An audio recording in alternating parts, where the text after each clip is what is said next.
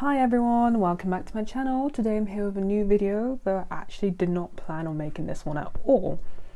You see, I was just chilling in bed on a rainy Sunday afternoon, catching up on Xanaho's latest stream, where he was covering a Blaire White video, a new one on this documentary called Transphobic. At one point, Blaire was talking about one of the kids and how they supposedly didn't want to be a trans kid in the spotlight anymore.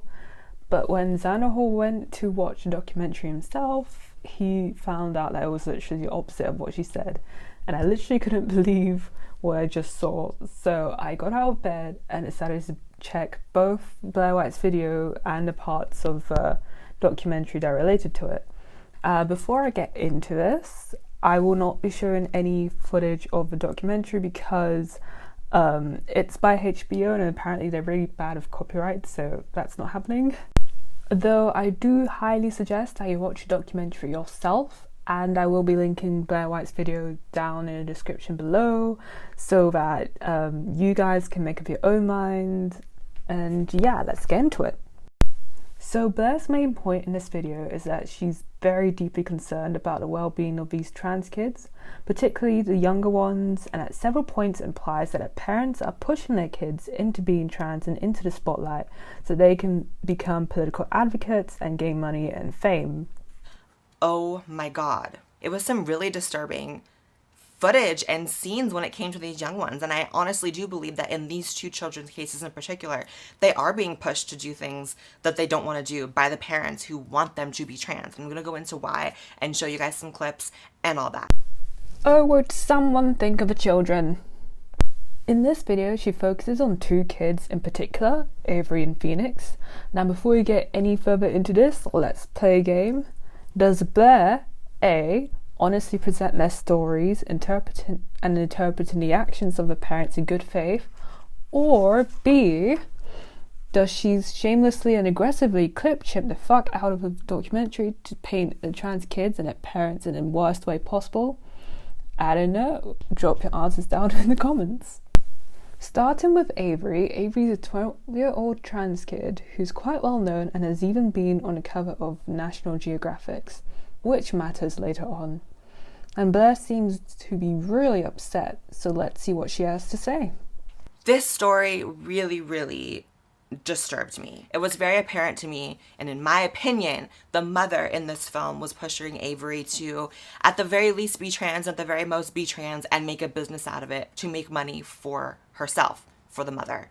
Every single scene in this movie was some sort of business transaction, was a photo shoot for the kid, was an interview, was a radio appearance, was her being forced to sell a book, going to events, and at one point, Avery actually says, "This is ruining my life." We're going to Washington, D.C. We actually go and meet with our senators and representatives.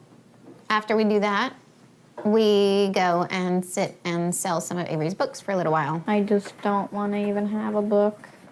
I've done too much in this world. It's ruined my life enough, and now everyone in this world is going to know. And it's just going to make my life worse. A couple years ago, you wanted people to know. Yeah, I did, but now... Oh my god, I can't believe her mum would force that on her when she obviously doesn't want that lifestyle, right? I mean, honestly, I can't fault Blaire at all here. Why wouldn't she come to this conclusion? The only way she'd be in the wrong is if there was more context that she conveniently clipped out, right? Let's get into it. So from this clip, we're led to believe that Avery wants none of this. She wants none of this media stuff, and apparently she's not even sure if she's trans. But when you watch the whole documentary, she's constantly excited about the opportunities she gets. For example, when she sees herself on a National Geographic's cover, she's all like, "Oh, that's so cool." And in terms of her mum pushing her to be trans, there's literally no evidence of this. At several points in the documentary, she's very affirmative that she is a girl.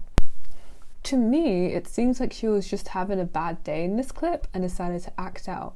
I mean, a few seconds before this, her mum was getting on her for behaviour. And the only other part of the documentary where she's upset is where they're reacting to transphobia from the internet and even her own family. As someone who both at least has two brain cells and doesn't have an agenda to push these random parents as being abusive psychos. From this, I can infer that Avery's not necessarily upset about the publicity she gets, but more the harassment. But thank God we have good actors like Blaire White who, check notes, makes videos to galvanize and piss off her audience to think that this kid has been abused by her parents, adding further to the harassment of their family. Very cool.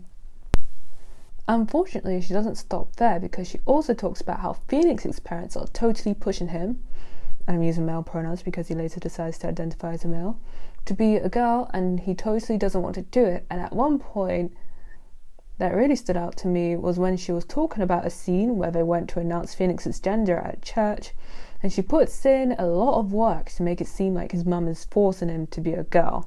The moment where the mom, who seemed very paranoid and unstable, by the way, took Phoenix at 4 years old to a church and tried to make Phoenix come out as LGBT in front of everyone. Anyone here who would claim their identity publicly as lesbian, gay, bisexual, transgender, queer, or questioning, intersex, pansexual, asexual, or any category that I've left out.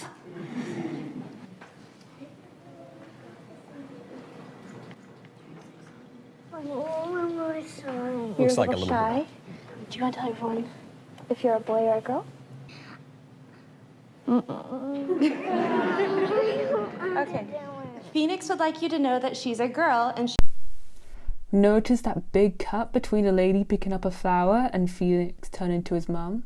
That's because directly before that cut, Phoenix says he's a girl and he wants to tell everyone, but he's too shy to, hence him turning to his mum. Honestly, we should start a campaign to call overtly malicious cuts like this Blairisms, because the amount of times she cuts articles and clips just before they completely disprove her point.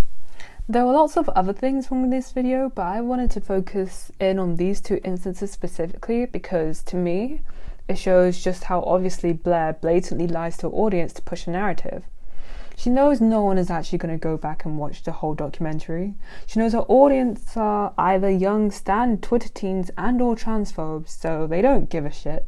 She knows they're just going to take her word for it, which is extremely dangerous in this climate when you consider all the hate and harassment these people and trans youth in general suffer, only from one of the biggest sources of authority on trans issues, whether we like it or not, is also attacking them and their family.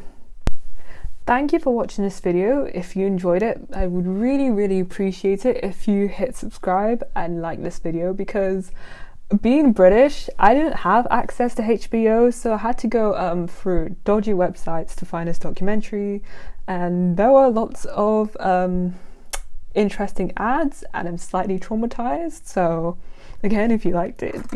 So again, to make my sacrifices not in vain, that would be really nice. Also, if you like this video, you'll probably like my other videos on my channel, so why don't you go and check them out. And as mentioned earlier, I did not plan to do this video today. I'm actually currently working on a video where I tried to decide if the Republican Party is a cult or not. So if you want to see the verdict on that, again, hit the subscribe button and hit the bell so you'll be notified when that comes out. And follow my social medias, which will be in the description down below. I always forget to shout them out. And yeah, see you next time.